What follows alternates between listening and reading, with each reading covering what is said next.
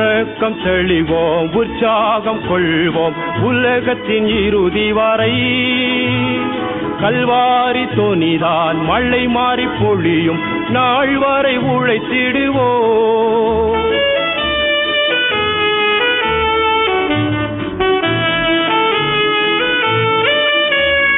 அசுத்தம் களைவோம், அன்பை அழைப்போம், ஆவியில் அனலும் கொள்வோம். அவர் படை ஜெயிக்க நம்மிடை கருத்து வேற்றுமையின்றி வாழ்வோம்.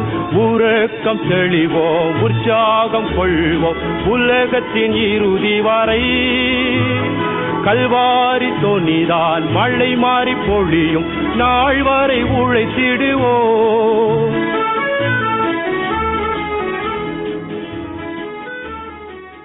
நாம் வேதத்தின் திவ்ய காட்சிகளை நாம் தியானித்து வருகிறோம்.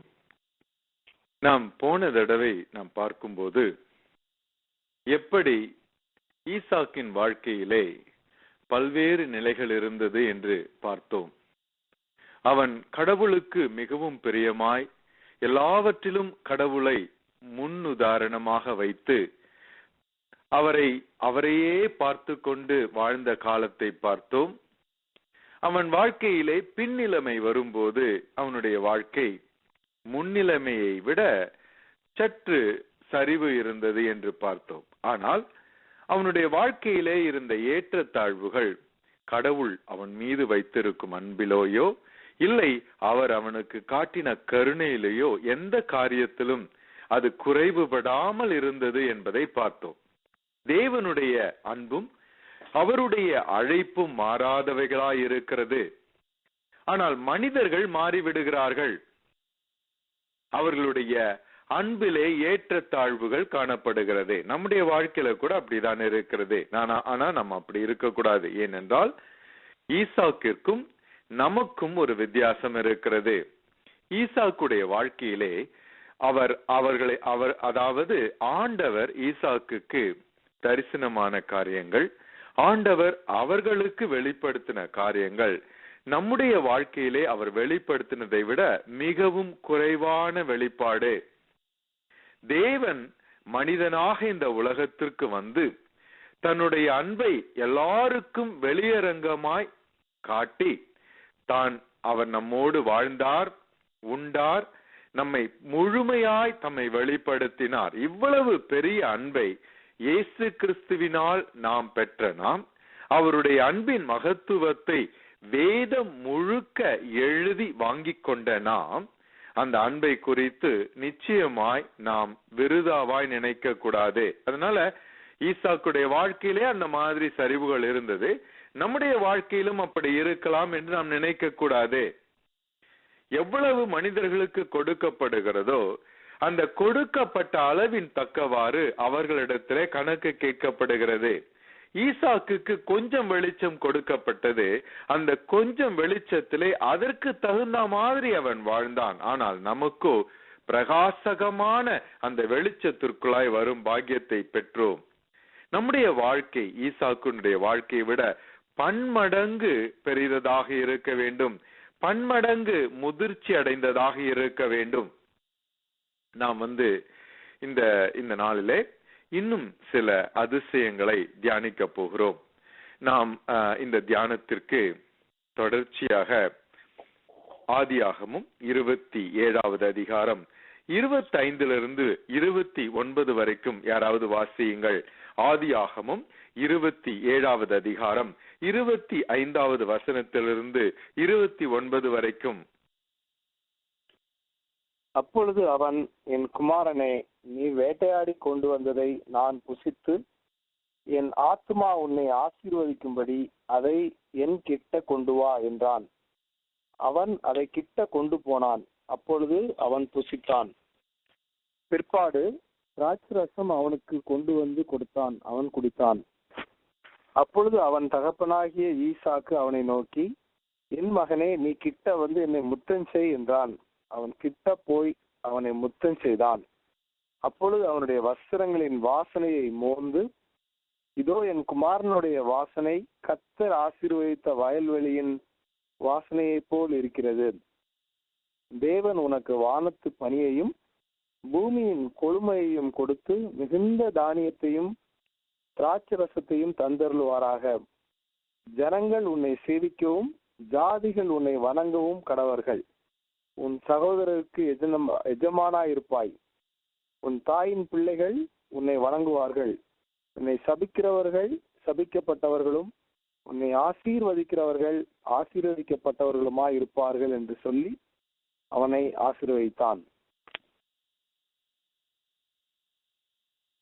இது ஒரு பயங்கரமான ஒரு சம்பவம் நடந்து கொண்டிருக்கிறது. தன்னுடைய தந்தையை மகன் ஏமாற்றிக் கொண்டிருக்கிறான் இந்த காட்சியில. அதே மாதிரி தன்னுடைய தமையனுக்கு அவன் துரோகம் செய்து கொண்டிருக்கிறான். தந்தையை ஏமாற்றிக் கொண்டிருக்கிறான்.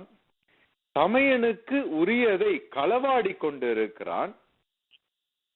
இந்த மாதிரியான ஒரு சூழ்நிலையிலே யாக்கோபு இருந்து கொண்டிருக்கிறான். அப்போ யாக்கோபுடைய மனநிலை எப்படி இருக்கும்? தந்தை ஒருவேளை தன்னை கண்டுகொள்வார் என்ற பயம் உள்ளுக்குள் இருந்து கொண்டே இருக்கும். அண்ணன் இதை கேள்விப்பட்டால் தன்னை கொன்று போடுவானே என்று சொல்லி அவனை குறித்த பயம் இருக்கும். இவ்வளவு பயங்கரமான அந்த பயத்தின் சூழ்நிலையிலே நடுக்கத்தோடு அந்த ஆசீர்வாதத்தை பெற்றுக் கொள்ளும்படியாக யாக்கோபு நின்று கொண்டிருக்கிறான். இதே மாதிரி இந்த சம்பவம் ரெபேக்காலை கூட ஒரு மாதிரியான பாவத்திற்குள்ளாய் கொண்டு போகும்படியான சூழ்நிலைக்கு யாக்கோபு கொண்டு வருகிறான். அவளுடைய தவறான ஆலோசனைக்கு அவன் சரி என்று சொல்வதினாலே அவளும் ஒரு குற்றவாளியாய் மாறி போய்விடுகிறாள். நாம் ஏற்கனவே பார்த்தோம், ஈசாக்கு தவறான ஒரு காரியத்தை வைத்து இந்த ஆசீர்வாதத்தை தன்னுடைய பிள்ளைகளுக்கு கொடுக்கும்படியாக அவர் தீர்மானிப்பது ஒரு தவறாய் நாம் பார்த்தோம். தவறில் ஆரம்பித்தது தவறாக பெரிதாய் விரிந்து பரவுகிறது குடும்பத்திற்குள்ளே. எப்பவுமே முதல்ல ஒரு தப்பு சாதாரணமா ஆரம்பிக்கும். சாதாரணமாய் ஆரம்பித்த தவறுகள் பின்னாடி பெரிசாக பெரிசாக மாறி பல்வேறு மனிதர்களை பாவத்திற்குள்ளாய் மாற்றிவிடும். இதெல்லாம் எப்ப ஆரம்பித்தது? ஈசாக்கினுடைய வாழ்க்கையிலே இருந்த அந்த சரிவு. வாழ்க்கையில ஆண்டவருக்கு நாம் ரொம்ப நெருக்கமா இல்லாத காலத்திலே நாம் செய்யும் சில காரியங்கள் நலமாய் தோன்றுகின்ற காரியம் மாதிரி இருக்கும். பெரிய பாவம் மாதிரி தெரியாது.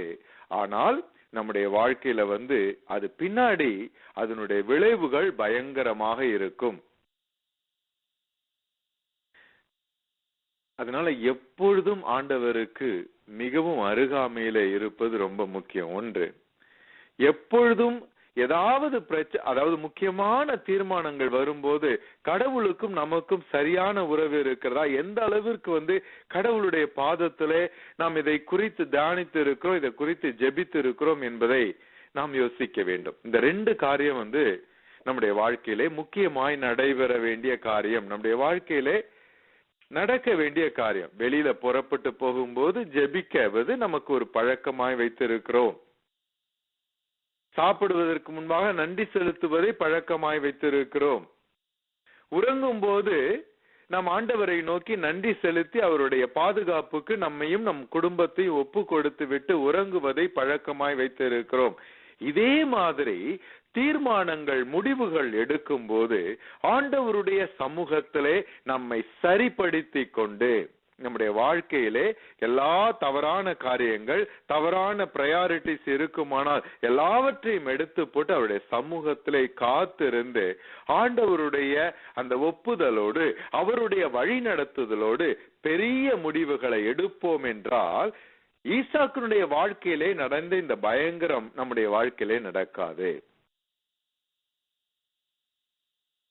என்னுடைய ஆவிக்குரிய வாழ்க்கையிலே என்றைக்கெல்லாம் தேவனுடைய சமூகத்திலே அதிகமாய் வாஞ்சித்து முடிவுகளை எடுத்திருக்கிறோனோ அந்த முடிவுகள் எல்லாம் அற்புதமாய் முடிந்து கொண்டிருக்கிறது, நடந்து கொண்டிருக்கிறது. அதே சமயத்திலே அவசரப்பட்டு நன்றாய் தெரிகின்ற காரியங்கள் கர்த்தருடைய சமூகத்திலே காத்திராமல் அவசரப்பட்டு நான் எடுத்த முடிவுகளினாலே பயங்கரமான பிரச்சனைக்குள்ளாய் நான் மாட்டிக்கொண்டிருந்திருக்கிறேன். சில சமயம் நமக்கு காண்பிக்கிற நாம் செய்யக்கூடிய காரியம் ஸ்பிரிச்சுவல் வேஷத்துல இருக்கும். இதை இன்னைக்கு நம்ம சென்ற சில வாரங்களுக்கு முன்பாக நாம் தியானித்த ஒரு காரியம், ஈசாக்கு ஆசீர்வதிப்பதை அவன் என்ன செய்யறான், வாஞ்சிக்கிறான். அது ஸ்பிரிச்சுவலான காரியம். தான் உயிர் போவதற்கு முன்பாக தன்னுடைய அந்த ஸ்பிரிச்சுவல் லீடர்ஷிப்பை இன்னொருவருக்கு கொடுக்க வேண்டும் என்று நினைக்கிறான். தன்னுடைய மகன்கள்ல தனக்கு எந்த மகன் தன்னுடைய வாழ்க்கையிலே அவன் இந்த ஸ்பிரிச்சுவல் சுப்ரீமசி, அதாவது அந்த ஆவிக்குரிய அந்த தலைவனாக அந்த குடும்பத்தில எடுத்து செய்ய முடியும்னு அவன் நினைக்கிறானோ அவனுக்கு கொடுக்கணும் என்பது அது ஒரு ஆவிக்குரிய ஒரு நல் நோக்கம்தான். ஆனால் அதை எப்படி செய்கிறான் என்பதை பார்க்கும்போது, நான் சாப்பிட வேண்டும், நான் மனம் மகிழ வேண்டும், அதனால நீ போய் வேட்டையாடி கொண்டு வா, அதை சாப்பிட்டு மகிழ்ந்து என்னுடைய இதயம் மகிழ்ந்த பிறகு நான் உன்னை ஆசீர்வதிப்பேன்.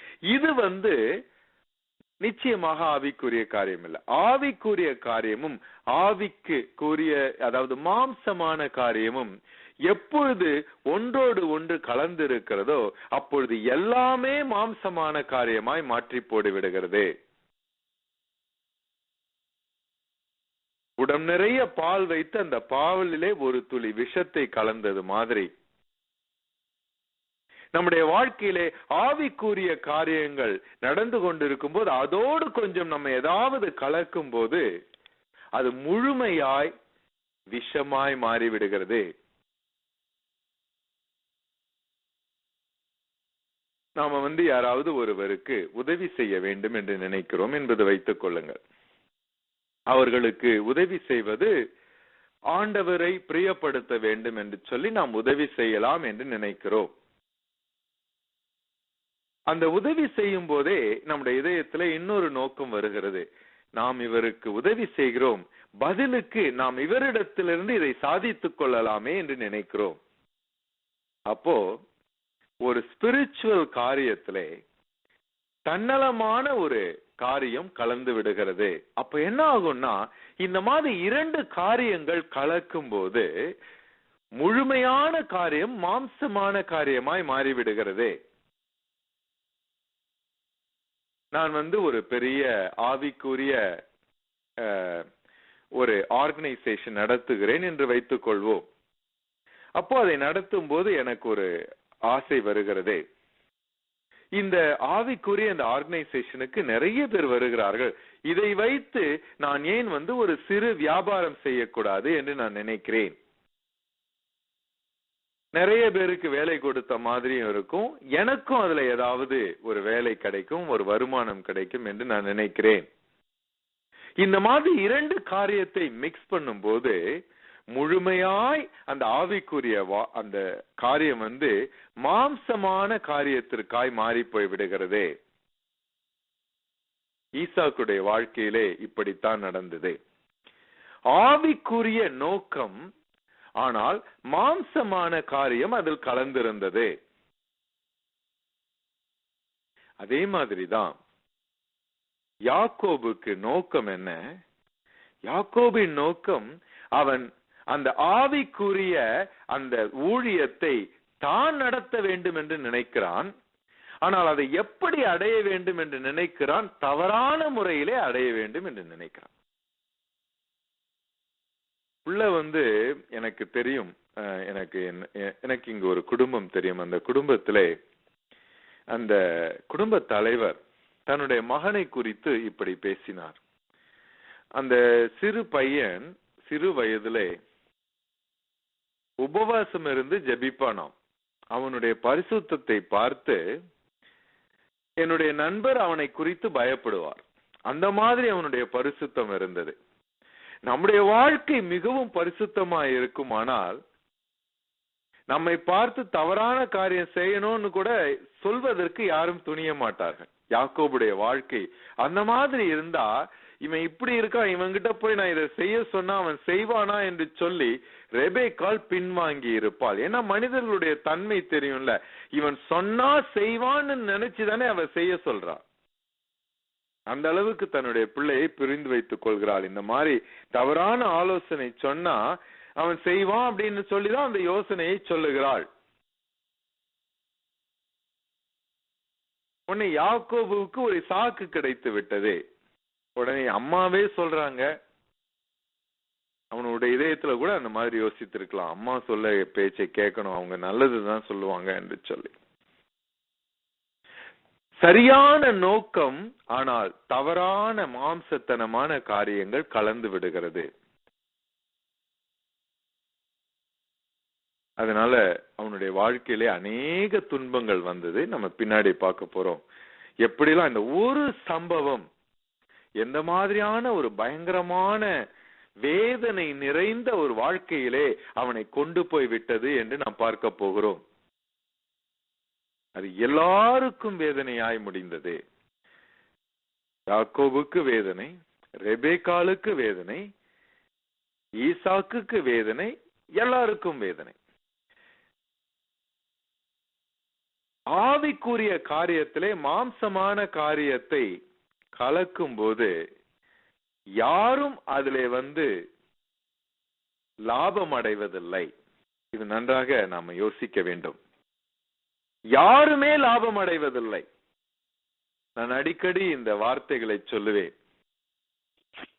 எந்த ஒரு ஆவிக்குரிய ஒரு வாழ்க்கையிலும் யாருமே இழப்பதில்லை. நம்ம பாடுவோம், கிறிஸ்துவுக்காக இழந்தவர் யாரும் தரித்திரர் ஆனதில்லைன்னு ஆண்டவராகிய இயேசு கிறிஸ்து இப்படி சொன்னார். ஒரு கலசம் தண்ணீரை என் சீஷன் என்று சொல்வது ஒரே காரணத்துக்காக கொடுத்தா கூட அதன் பலனை அவர்கள் அடைவார்கள்னு சொல்றார். எழுதி வைத்த தேவன் அவர் யாருக்கும் கடனாளியாய் இருப்பதில்லை. எல்லாவற்றையும் சரியா அதிகமாய் வட்டி முதலோடு அவர் திருப்பி கொடுக்கிறார். அப்படி திருப்பி கொடுப்பதிலே அவர் சந்தோஷப்படுகிறார். அது அவருக்கு வரவாய் இருக்கிறது. அதை பெற்றுக்கொள்வதிலே நமக்கு சந்தோஷம், அது நமக்கு வரவாய் இருக்கிறது. ரெண்டு பேருக்கும் வரவான காரியம் தேவனுடைய கொடுக்கும் கரங்கள், அதை பெற்றுக்கொள்ளக்கூடிய கரங்கள். இது எப்ப நடைபெறும்?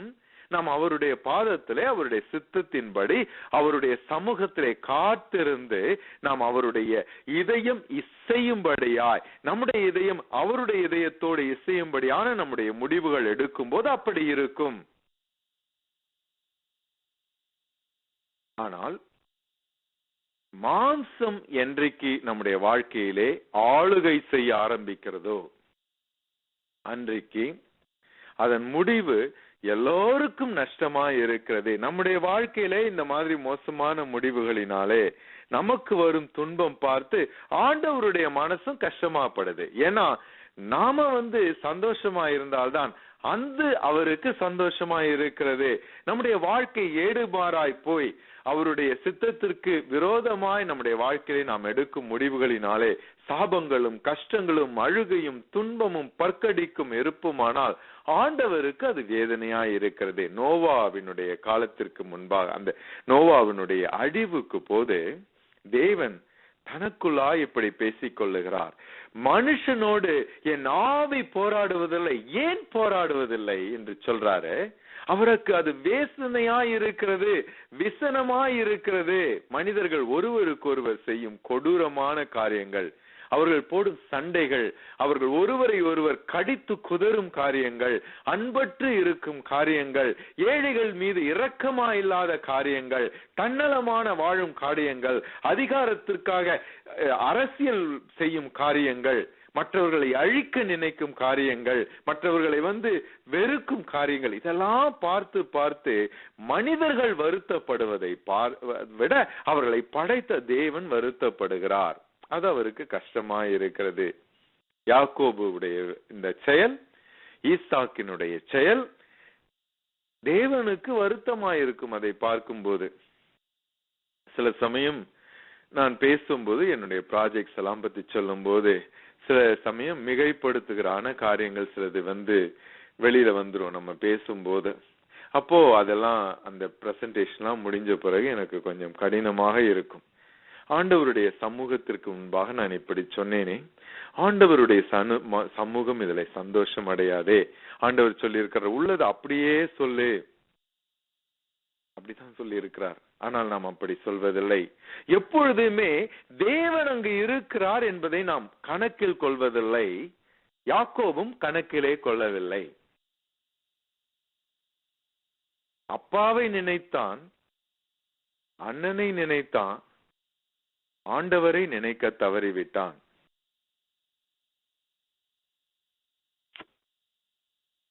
தேவனை ஒரு விக்கிரகத்திற்கு எப்பொழுது நாம் தாழ்த்துகிறோமோ, எப்ப தாழ்த்துறோம்னா இந்த மாதிரி காரியங்கள் நம்ம செய்யும் போது.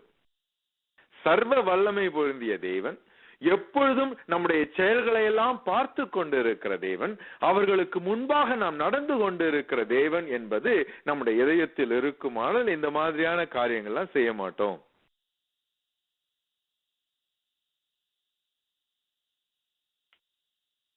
நம்முடைய வாழ்க்கை குறுக்கலான பாலிடிக்ஸ் நிறைந்திருக்கிறதா? மிகைப்படுத்தி பேசுகிறோமா? நம்முடைய வாழ்க்கையிலே சுத்தமான உண்மை எவ்வளவா இருக்கிறது? அசுத்தமான காரியங்கள் நம்முடைய வாழ்க்கையிலே போகிறதா? இதெல்லாம் தேவனுக்கு முன்பாய் நன்றாக இருக்குமா என்பதை யோசித்து பாருங்கள். ஆனால் ஏமாற்றப்படுகிறான் ஈசாக்கு. தன்னுடைய மூத்த மகனுக்கு சொல்லப்படும் அந்த ஆசீர்வாதத்தை தேவன் பிலேயாமுக்கு எப்படி யாக்கோபை ஆசீர்வதிக்கும்படியாய் கட்டளையிட்டாரோ, அதே மாதிரி அவருடைய தெரிந்து கொள்ளுதல் மாறாது இருக்கிறதுனாலே யாக்கோபை ஆசீர்வதிக்கும்படியாய் தேவன் கட்டளை கொடுக்கிறார். அது அவருடைய கிருபையின் திரட்சி. தேவன் தன்னுடைய பிள்ளைகளை காட்டிக் கொடுப்பவர் அல்ல.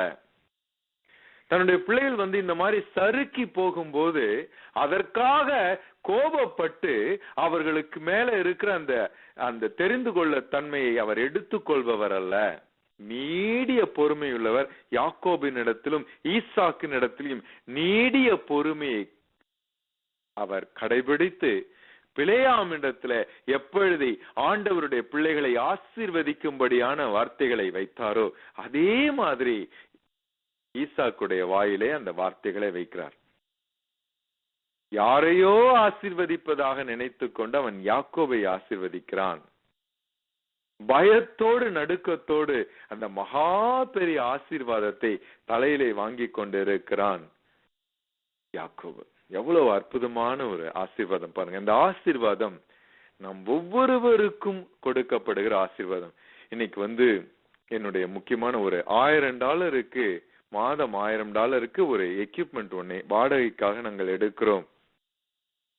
என்னுடைய ஃபண்டை சரி பண்ணுகிறவர் அதை நான் தர முடியாது, இன்னும் உங்களுடைய மொத்த கிராண்ட் முடிந்து போய்விட்டது, நீங்க சொன்ன அந்த நம்பர்ல $14,000 தான் மீதி இருக்கிறது, இந்த $1,000 நான் அப்ரூவ் பண்ண போறதில்லை என்று சொல்லிவிட்டார். நான் எவ்வளவோ கேட்டு பார்த்தும் உடனே எனக்கு பயம் வந்து விட்டது. என்னடா அது, ஒருவேளை கிராண்ட் எல்லாம் என்ன, இந்த 22 பேர் இந்த பெரிய லாபம் நான் எப்படி நடத்துவது என்று சொல்லி யோசிக்க ஆரம்பித்து விட்டேன். நாம் அப்படி யோசிக்க வேண்டாம். தேவனுக்கு எல்லாம் தெரியும். அவர் எல்லாவற்றுக்கும் வழி வைத்திருப்பார். நமக்கு தேவையான காரியங்களை கொடுக்கும்படியாய் நம்முடைய பெரிய அக்கௌண்டன்ட் அவர்தான். அவரிடத்துல எல்லாம் தெரியும், அவரிடத்துல எல்லாம் இருக்கிறது. அவருக்கு எப்படி நமக்கு தேவையான காரியங்கள்லாம் கொடுக்க முடியும் என்று அவருக்கு தெரியும். தேவனுக்கு எல்லாம் தெரியும். அந்த ஆசீர்வாதம் யாக்கோபுக்கு வர வேண்டும் என்று அவருக்கு தெரியும். இந்த மோசமான ஒரு சூழ்நிலையிலும் சரியான வார்த்தைகளை பேசும்படியாய் அவர் ஈசாக்குக்கு கட்டளை கொடுக்கிறார். என்னுடைய பொசிஷனுக்கு நான் என்னுடைய நெக்ஸ்ட் பொசிஷனுக்கு கொஞ்சம் அப்போஸ் பண்ணுகிற ஒருவர் மிகப்பெரிய பதவிக்கு உயர்ந்து விட்டார்.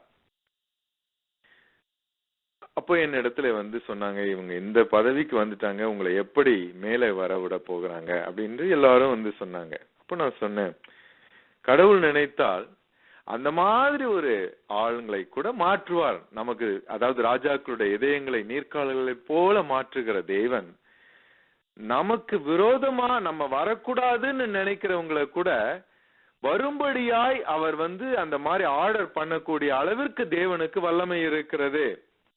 அதே மாதிரிதான் இங்க நடக்கிறது. ஈசாக்கு அந்த முதன்மை ஸ்தானத்தை யாக்கோபுக்கு கொடுக்க கூடாது என்று நினைக்கிறான். அவன் கொடுக்கும்படியாய் தேவன் செய்கிறார். இப்படி யோசிக்க வேண்டும். ஒருவேளை ஈசாக்கு யாக்கோபு இந்த மாதிரி கள்ளத்தனமாய் அந்த ஆசீர்வாதத்தை பெற்றுக்கொள்ள வேண்டும் என்று நினைக்காம தேவனுடைய சமூகத்திலே காத்திருந்தால் என்ன நடந்திருக்கும்? தேவனுடைய சமூகத்திலே காத்திருந்தால் தேவன் சூழ்நிலைகளை மாற்றி போட்டுவிட்டு ஈசாக்குக்கு தரிசனமாகி அவர் சொல்லியிருப்பார், போய் நீ யாக்கோபை ஆசீர்வதி, அதுதான் என்னுடைய சித்தம்னு சொல்லியிருப்பார். அந்த மாதிரி நிறைய இடங்கள்ல தேவன் இடைப்படுவதை நாம் வாசிக்கிறோம். தாவீது ஆண்டவருக்கு ஆலயத்தை கட்ட வேண்டும் என்று நினைக்கிறான். ஆண்டவர் சொல்றார், நீ கட்ட கூடாது, உன்னுடைய மகன் கட்டுவான் என்று சொல்லுகிறார். அதை ஏற்றுக்கொள்ளும் போது அவன் வேண்டான்னு சொல்றாரு. ஆனா வேதத்துல போட்டிருக்கு, தாவீதுக்கு மிகுந்த சந்தோஷம் இருந்தது, ஏன்னா ஆண்டவர் தன்னிடத்துல பேசிட்டாருன்னு. ஆண்டவர் சில சமயம் வேண்டான்னு சொல்ற அந்த வார்த்தையில கூட அவ்வளவு அன்பு இருக்கு போல இருக்கு. மனுஷங்க அந்த வார்த்தைகளை கேட்ட உடனே சந்தோஷத்தினாலே துள்றாங்க. அவ்வளவு அன்பு. தேவன் பேசிட்டார் இல்லையா, அப்படிதான் சொல்றான் தாவீது.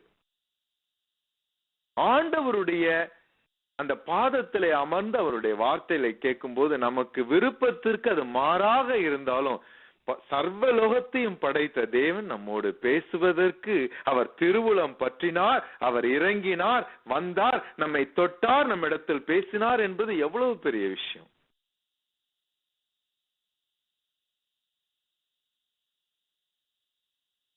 தேவன் இந்த வசனங்களை நம்முடைய வாழ்க்கையிலே ஆசீர்வதிக்கட்டும். நல்ல தகப்பனே, இந்த நாளுக்காய் துதிக்கிறோம் சுவாமி. ஆண்டவரை எப்பொழுதும் உம்முடைய பிரசன்னத்தினாலே நாங்கள் நிறைந்திருக்கணும் சுவாமி. உடைய ஆசீர்வாதம் எங்கள் தலைமீது இருக்கிறது, இதை யாரும் எடுக்க முடியாது என்பதை அறிந்திருக்கிறோம். அந்த ஆசீர்வாதங்களுக்கு விரோதமாய் இருக்கிறவர்கள் கூட எங்களை ஆசீர்வதித்து போக பண்ணக்கூடிய தேவன் நீர் என்பதை நாங்கள் உணர்ந்து சரியான பாதையிலே நாங்கள் நடக்க எங்களுக்கு உதவி செய்தரலாம். இயேசுவின் நாமத்திலே கேட்கிறேன் நல்ல பிதாவே, ஆமென். ஆமென். கிறிஸ்துவுக்காய் இழந்தவர் எவரும் தரித்திரரானதில்லை. ராஜ்ய மேன்மைக்காய் கஷ்டம் அடைந்தோர் நாட்டப்பட்டதில்லை. உறக்கம் தெளிவோம், உற்சாகம் கொள்வோம், உலகத்தின் இறுதி வரை. கல்வாரி தோனிதான் மழை மாறி பொழியும் நாள் வரை உழைத்திடுவோம்.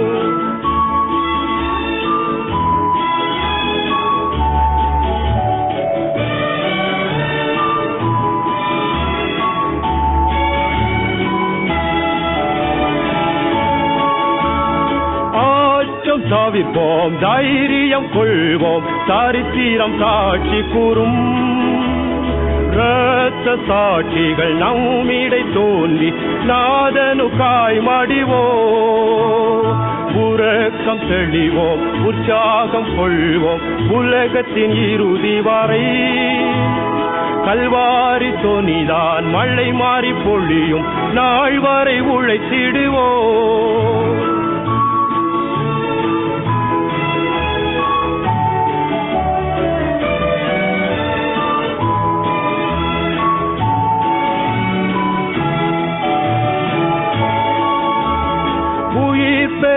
எழுவீர் வந்து கொடுவீர் உலர்ந்த எலும்புகளே. நீங்கள் அறியா ஒருவர் உங்கள் நடுவில் வந்துவிட்டார். உறக்கம் தெளிவோம், உற்சாகம் கொள்வோம், உலகத்தின் இறுதி வரை. கல்வாரி தொனிதான் மழை மாறி பொழியும் நாள் வரை உழைத்திடுவோம்.